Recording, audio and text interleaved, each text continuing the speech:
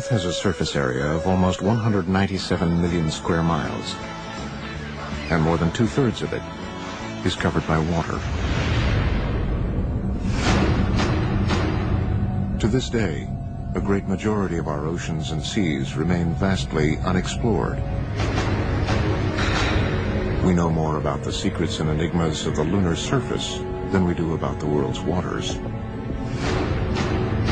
For as long as there have been eyewitness reports of UFOs in our skies, there have been similar reports of so-called USOs, or unidentified submerged objects, in our oceans. A USO is a UFO that goes into or out of water. In fact, UFOs and USOs are probably the same things. A UFO becomes a USO when it's no longer flying and submerges. For the first time ever, explore the mysteries of this most elusive class of UFO. Be nice if the Navy would tell us about all their observations of such craft. It is definitely possible to have an underwater vehicle at supersonic speed. From reports that the lost city of Atlantis is a secret base for USOs. The legend of Atlantis is based on knowledge that such a base exists today. To an eyewitness account recorded in Christopher Columbus's journal in 1492. They saw it going up and down in the night. To the world's only government-documented USO incident, a dramatic event off the coast of Nova Scotia, Canada. On the night of October 4, 1967, a UFO was seen to hover over the waters of Shank Harbor, tilted to a 45-degree angle, and descended rapidly to the water surface, producing a flash and the sound of an explosion. According to researchers, deep-sea UFOs continue to lurk through the uncharted waters of Earth. Have UFOs visited our planet? Or are they already here?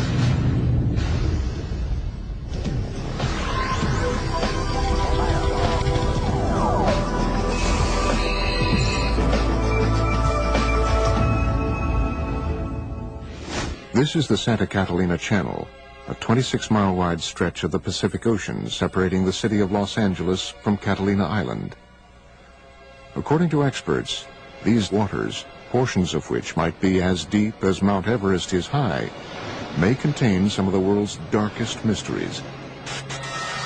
You are seeing an unidentified flying object. It is not a hoax. It is real.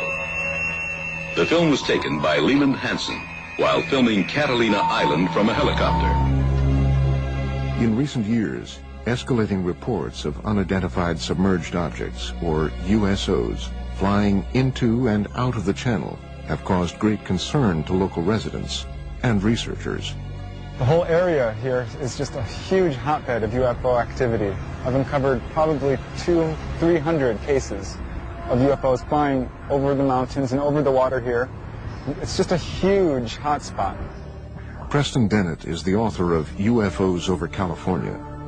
He has been investigating USO activity in this area for almost 20 years. Actually, there was a huge wave of sightings over the Santa Monica mountain range on June 14, 1992. The witnesses counted a total of about 200 objects. What's interesting about this case is these objects came from below. Normally when someone sees a UFO, it comes out of the sky like a star. They see a star-like object and it comes swooping down. These came from below to above.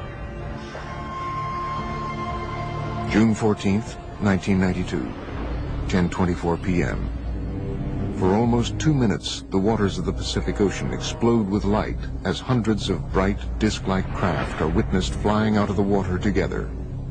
Similar to other reports of USOs exiting the water, these craft emerge from the Pacific in almost complete silence. They reportedly hover for a moment before bursting into space. Reports of this incident were phoned into local police departments as far away as Malibu. The following is an actual call that was placed on that day. Also, Sheriff Station. Did anyone report anything strange tonight? Be a little more specific. Strange. Light? Yes. What exactly happened to you? I'm ashamed to tell you because I think you're going to think I'm crazy. We saw what we thought was a bright light up in the sky. Okay. We could hear, it wasn't a helicopter. I'm telling you, I have never been more frightened in my life.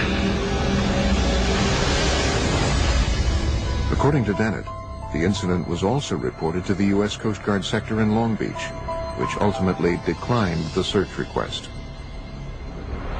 This 1992 event was the second in Los Angeles in 3 years. On the dark, foggy morning of February 7th, 1989, scuba divers, boat sonar systems, and people on the shore witness a long, dark, unidentified craft dive out of the Pacific. For about 90 seconds, the USO rests just above the surface before emitting about a dozen smaller, fast-moving objects. 60 seconds later, the craft dives back underwater. Its last reported sonar heading was south toward the Santa Catalina Channel before it disappeared. And it involved dozens of objects which were seen off the coast of Marina del Rey. On occasion, some of these craft would emit smaller craft, about 20 feet in diameter. And these were seen moving underneath the surface of the ocean, and they were coming in and out of the water. As the 1947 incident at Roswell sparked worldwide curiosity about flying saucers, these events near Los Angeles have sparked a current wave of research into the capabilities and threats of so-called USOs.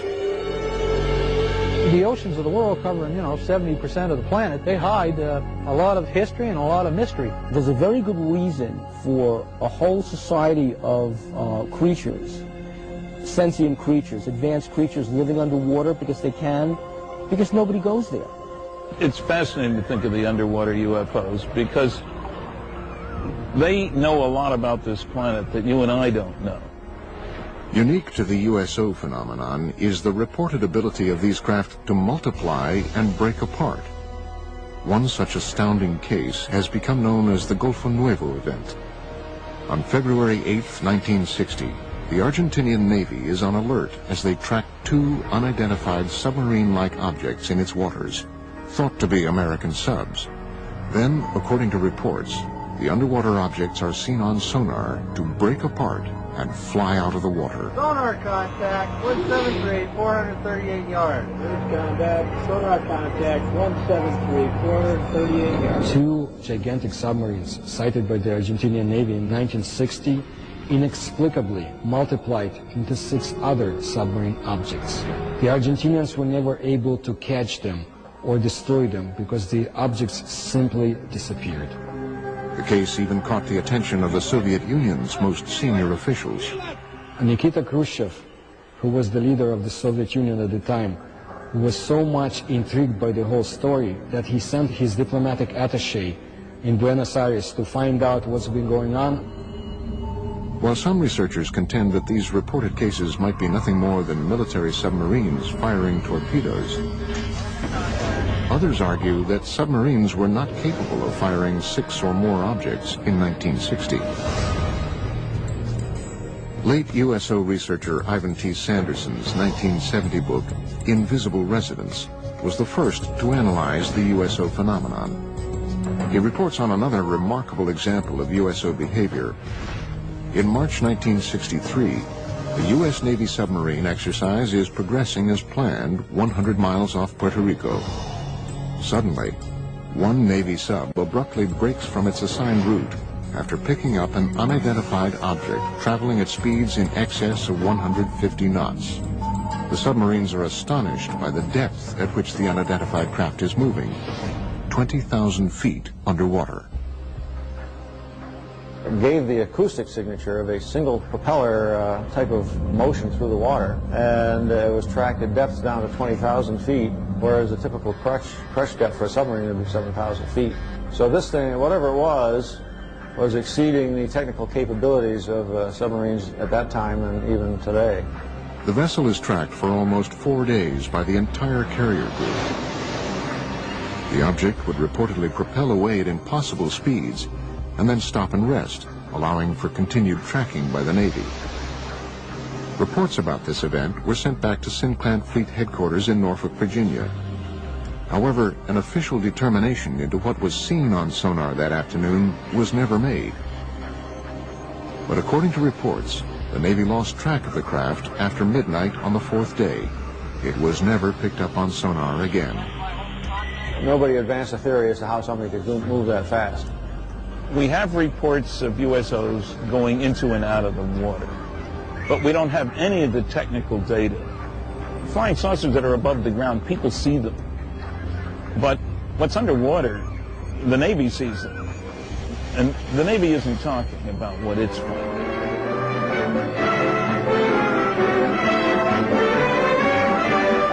Inflating an immense balloon aboard the USS Norton Sound, the Navy prepares for further study of the elusive cosmic rays somewhere in the Pacific. That's the news. A secondary consideration clears up the mystery of the so-called flying saucers. For it is these monsters, which rise 19 miles and attain diameters of 100 feet, that have been mistaken for the apparitions called flying saucers. At great altitudes, they tell us, these elongated enormities flatten out like plates. Mystery ended. But reports from around the world continue. Another extraordinary case is reported in the international press beginning on November 11th, 1972. A fast-moving submarine-like object is picked up on sonar in the Sonja Fjord off the west coast of Norway by the Norwegian Navy, which hunts it for 2 weeks. A fleet of surface ships and specially equipped sub-hunter helicopters are assembled to find the object. On November 20th, 1972, the USO is seen visually for the first time. It was described as being a massive, silent, cigar-shaped object. A Navy ship promptly fires its guns and torpedoes at the craft. Some ship actually saw it on the surface and fired at it, but it dived, and then they started dropping depth charges. Although all the articles treat this as a submarine, the fact of the matter is nobody was able to identify it as a submarine. After tracking the object for almost 2 weeks, the Navy devises and executes a plan to blockade the fjord and trap the USO. They tried to seal off this fjord so nothing could get in or out. Nevertheless, after 14 or 15 days, this thing disappeared. So that may mean that this object, whatever it was tracked by the Navy, was not a submarine at all, but an unidentified submerged object. Coming up, did Christopher Columbus and his crew witness USOs flying into and out of the Atlantic on October 11th, 1492? One of the earlier cases comes all the way back from the day before Columbus Day in 1492, before there was a Columbus Day. And it happened on Santa Maria.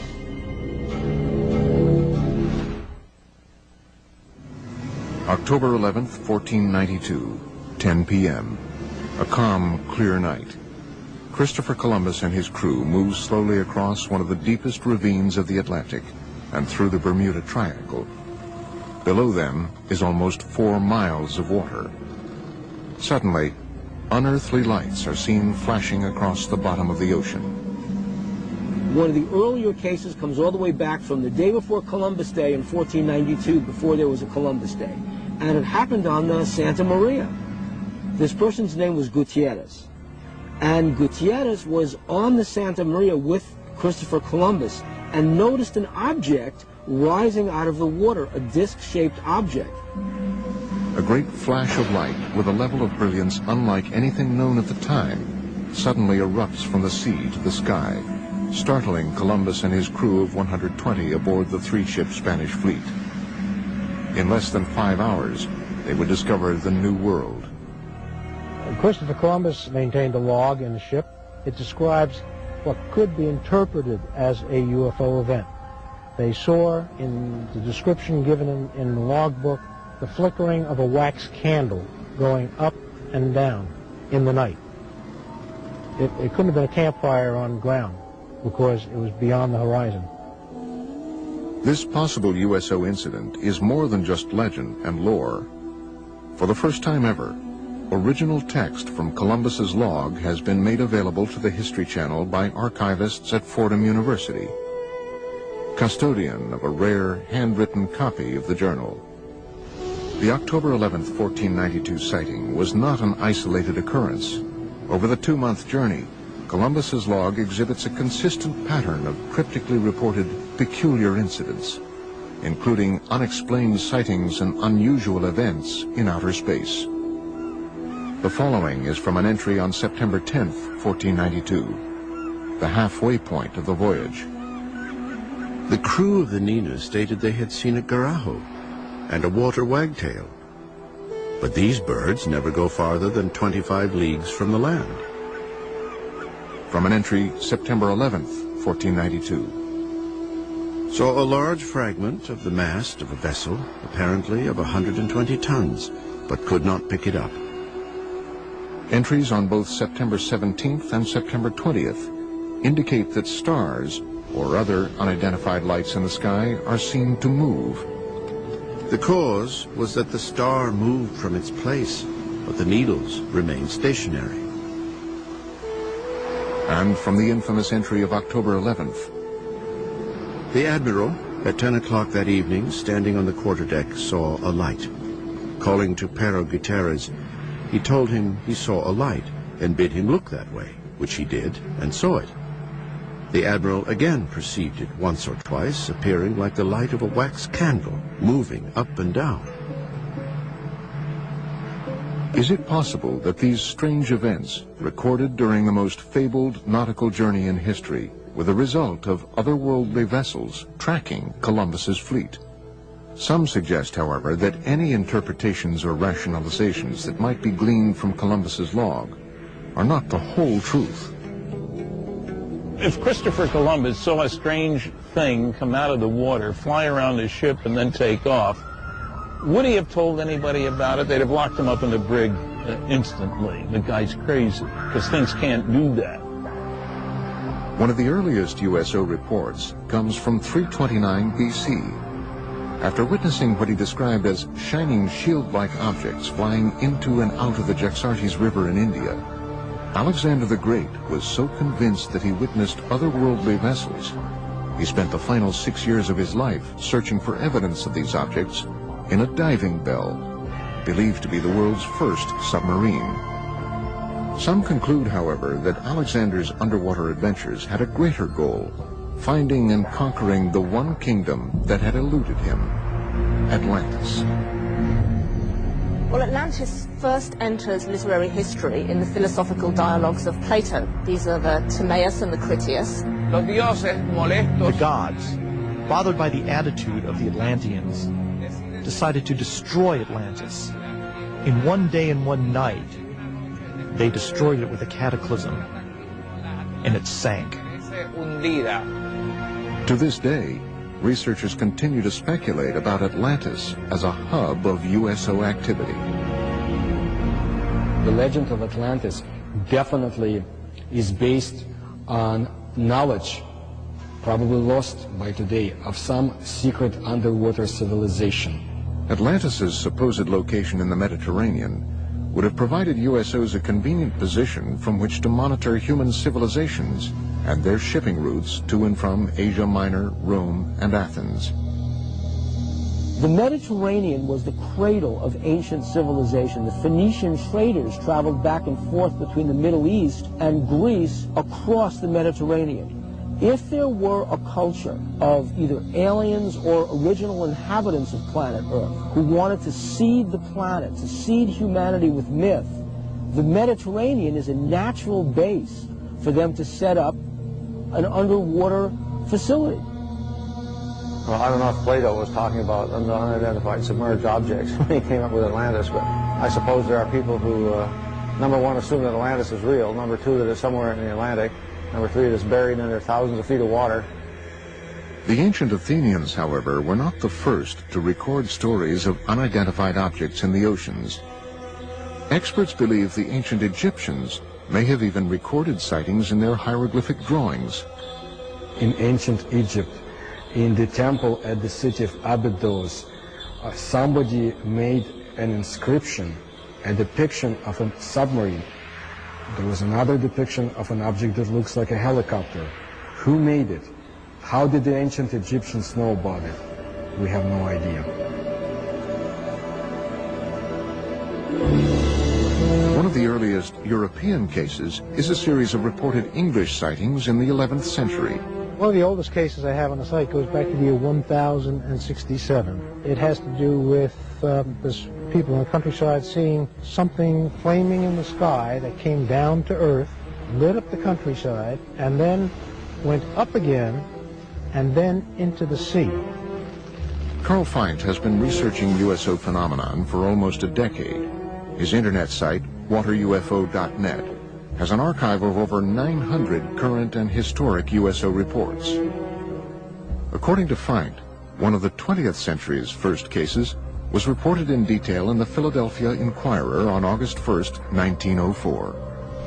A British cargo ship, the Mohican, en route to Philadelphia was, according to the paper, enshrouded in a strange metallic vapor which glowed like phosphorus.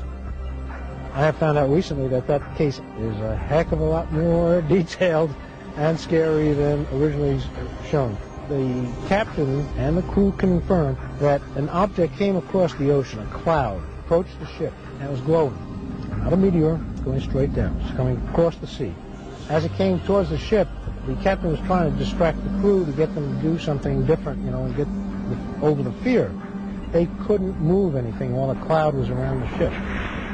The Inquirer further reports that during the event, the ship's compass revolved with the speed of an electric motor, and the sailors were unable to raise pieces of steel from the magnetized decks.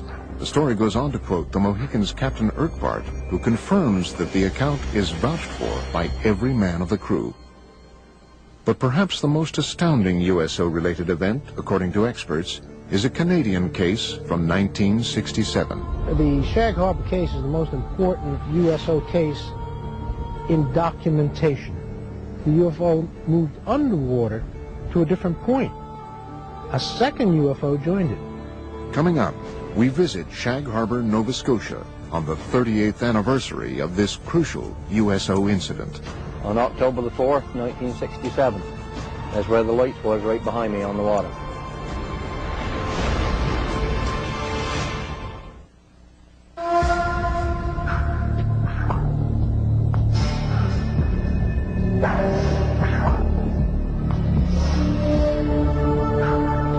Years ago today, October 4th, 1967, approximately 20 after 11 in the evening, something happened in Shag Harbor that became quite memorable in later years.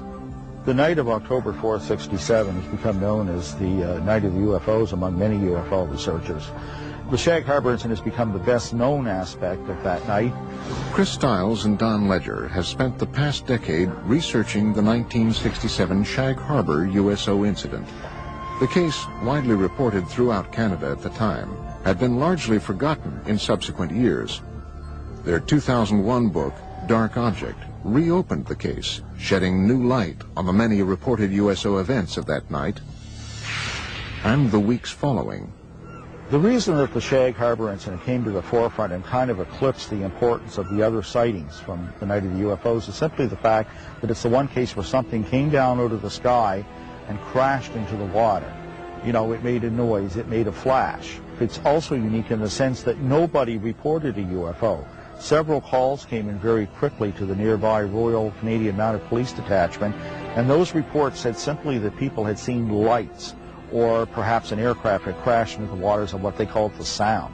The interest and the concern was totally for the possibility of survivors. Nobody reported a UFO.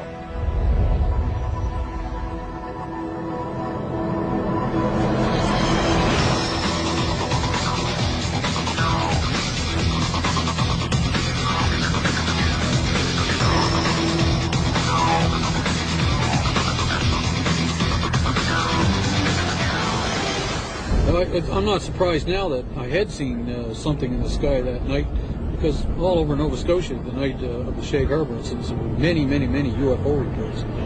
Just up around the bend, we'll be coming into Shag Harbor, and the site crowd gathered and watched whatever it was that happened here 38 years ago today. Each year, Ledger and Stiles make an anniversary trip to Shag Harbor to meet with Norm Smith, one of only 3 surviving witnesses. See the island out there? That's where it all took place, right off there. That's where we seen the light in the water. Hey, sir. How you been? Good. Wow. There we go. Same old, this is it. The three of us stood on the lawn watching the lights. Eventually it started going, it looked like it was moving to us, and then on a downward slope towards the ground, we thought it was a plane crash, so we jumped in the vehicle in my old man's car and my uncle's, and we went up to this spot right here by the Irish Moss plant. And when we got here, there was probably 10, 12 other people. We watched the lights on the water for a period of 2 or 3 minutes, and then the lights disappeared. What happens next is indisputable. Before midnight on Wednesday, October 4th, the Royal Canadian Mounted Police officers who witnessed the event from the shoreline searched the water on boats until 3 a.m. with the help of several local fishermen, including Norm Smith. At noon on Friday, October 6th, Canadian Navy divers from Halifax arrive and search the area through the weekend. Eventually, 7 divers were dispatched from the Fleet Diving Unit in Halifax and taken down to Shag Harbor. The search effort continued through all the daylight hours of Saturday and Sunday, and by Monday morning that search was officially terminated in Ottawa. And they just simply state unidentified flying object and circle it and underline it. According to government reports, the object travels from the south to the north along the Nova Scotia shoreline. At one point, it stops and hovers. Then at approximately 11:20 p.m., it enters the water at a 45-degree angle, 300 yards offshore. Directly behind me where we seen the lights, right at Bomb Portage Island, directly behind me. When the Royal Canadian Mounted Police officers that had responded to the call arrived at the shoreline of Old Highway number 3, the UFO was still moving upon the surface of the water. The object also appeared to be leaving a trail of dense yellow foam. In the weeks following October 4th, the story becomes even more mysterious. The case is front-page news across Canada, and as Ledger and Stiles report in their book, in the days just prior to the Canadian military's official classification of this incident as a UFO event, a second craft enters the waters of Nova Scotia to rendezvous with the first craft. Then this thing resumed its headway back down this way at about 4,400 miles an hour and came down through northern New Brunswick, straight down over the Bay of Fundy, across the southwestern tip of Nova Scotia, across this way, and went down in the water here. Authorities already knew the object was no longer there, that it had moved under the water and had come to rest on the seabed. It sat there for almost a week, right to the hour. And after that time, it began moving under the water to the Gulf of Maine with the aid of a second craft that was helping repair it. And the two of them broke the surface of the water and flew away out over the Gulf of Maine. Interestingly enough, there is a second report of a sighting 1 week in Shag Harbor of 2 sets of lights, one orange, one yellow, leaving the water and flying away. This case continues to inspire debate and continued research into the events of October 4th, 1967. There are a large amount of primary documents that support interpreting Shag Harbor as a crash scenario of a UFO. And in one of the paragraphs it actually says a preliminary investigation has been conducted and it has been discovered that this object is not the result of a flare, float, downed aircraft, or in fact any known object. I didn't know then, back 30-odd years ago, I didn't know whether it was a UFO or what it was. But nobody will ever make me believe that there was nothing there, because it was. Coming up, seen for the first time, video evidence of what might possibly be a USO emerging from the waters of Laguna Cartagena in Puerto Rico. And they are coming towards Laguna Cartagena. And later, a University of California scientist reveals that supersonic speed by deep-sea UFOs is not only scientifically possible, but likely. A region with perhaps the longest legacy of USO activity is the area around Puerto Rico. As the mysterious southern point of the Bermuda Triangle, the island has been at the center of USO debate for decades. Puerto Rico is a hot spot for underwater UFO activity, and it seems to match the pattern of other cases. Puerto Rico is considered in all of the Americas to be the place where there's the greatest number of USO sightings. Members of the Puerto Rican-based ufology group, Project Argus, agreed to lead a tour of some of the island's more notable USO-related areas.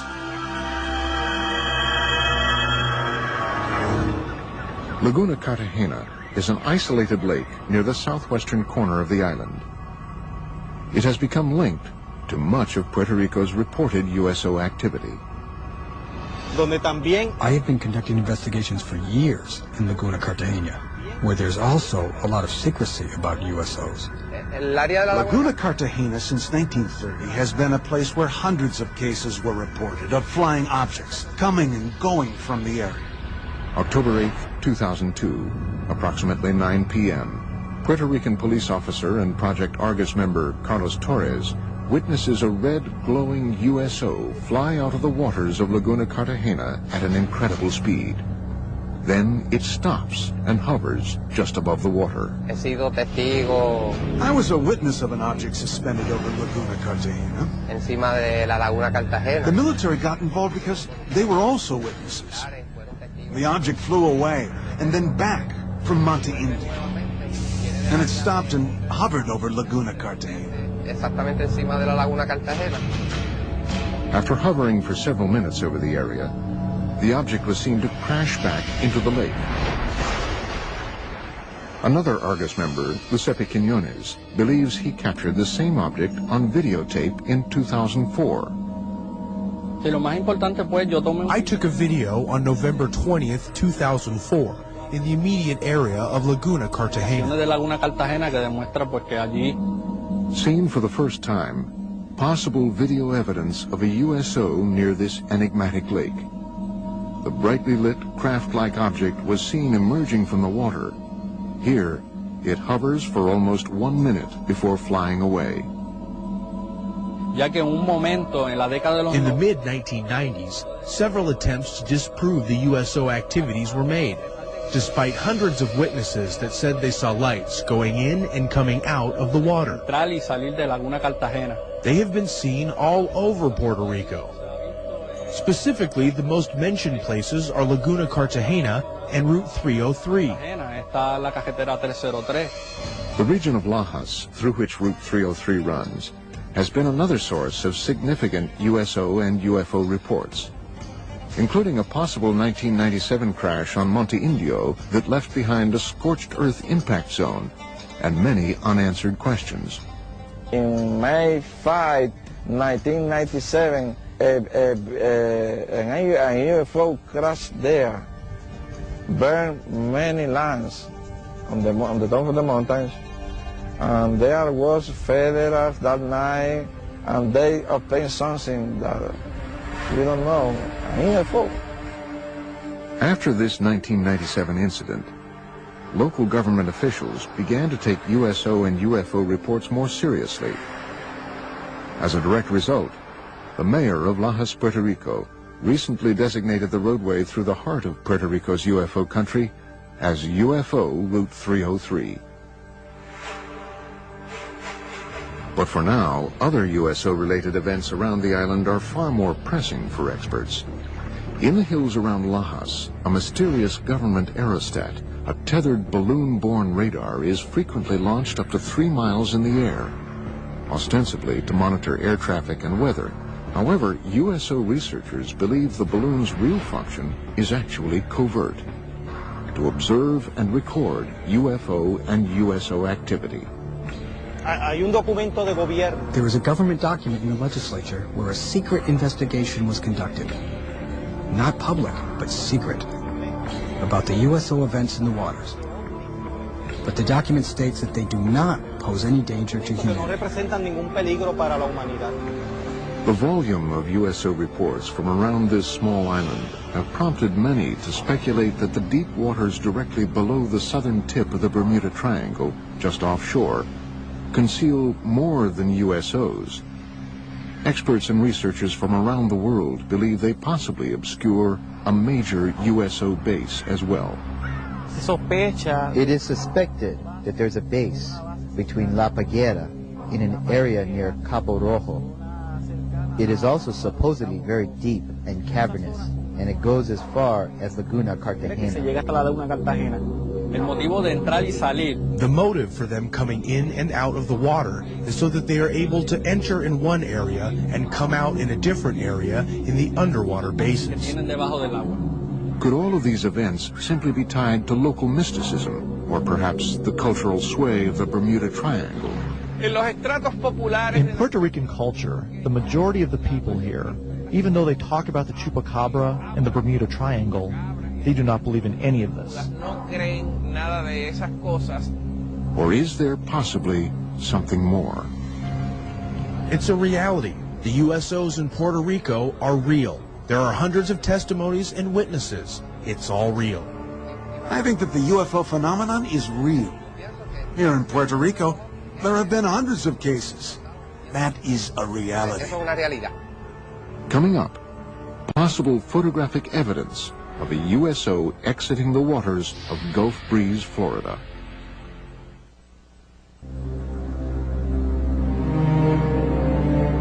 It is believed that unidentified submerged objects are able to move through our oceans and seas in ways that defy all principles of modern physics. Experts are confounded by the ability of these vessels to reportedly travel at extreme depths, pass through ice with impunity, and traverse water at supersonic speed. These kinds of craft, ostensibly, can travel underneath the water because they are impervious to water, just like they're impervious to gamma rays, cosmic rays, impervious to anything that gets in the way of their traveling in space. According to all information, we are dealing with a very advanced technology. They circle ships and next thing you know, dive into the water. It's not a barrier to them. They just go from one medium to another. In late 1969, while conducting their regular Operation Deep Freeze ice-breaking exercises near Antarctica, U.S. Navy sailors aboard the USS Calcaterra reportedly witnessed an unidentified submerged object with some extraordinary capabilities. Ivan Sanderson in Argosy magazine, where he talks about an event somewhere in the Arctic when an object came up through the ice and took off. Really sort of burrowed its way through.